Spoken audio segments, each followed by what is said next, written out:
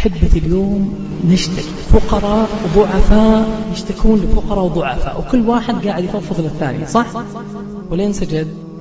أقسم بالله ما قدرنا الله حق قدره. عندنا مشكلة مع السجود، وإذا كان عندك مشكلة في إطالة السجود عندك مشكلة في حياتك كلها.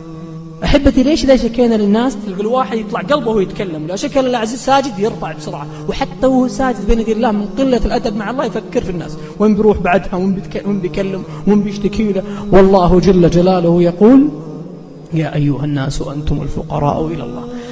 خذ الآية يا أيها الذين آمنوا، يا أيها الذين آمنوا استعينوا بالصبر والصلاة إن الله مع الصابرين. مع الصابرين. كلمني واحد قبل رمضان بكم شهر هو يتكلم، أقسم بالله يا جماعة أنا يتكلم ويبكي ويتكلم ويبكي، وقال قصة ما نبقى قايلها لكن قصة صراحة مؤلمة. قلت والله يا حبيبي، قلت والله يا حبيبي لو أني ربك إني لأعطيك من بكائك ومن شكواك، لكن والله العظيم أن ربي أرحم مني. لكن تقدر تكفى حط تحتها مليون خط. قلت تقدر تقول الكلام اللي قلته لي بنفس الطريقة وانت ساجد، تقدر هالبكاء ذا ويطلع لله وانت ساجد لحالك، أقسم بالله ما يردك سبحانه. قلت يا أخي، قال طيب وش توصيني عليه؟ قلت أوصيك بشيء واحد، لا ترفع من سجودك وفي خاطرك شيء ما قلته لله سبحانه وسكر.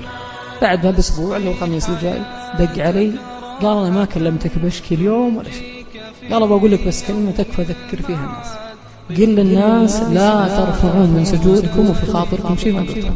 تنال السعادة والرشاد، تسقي حياتك راحة، تنجيك في يوم المعاد. قف للإله ونادى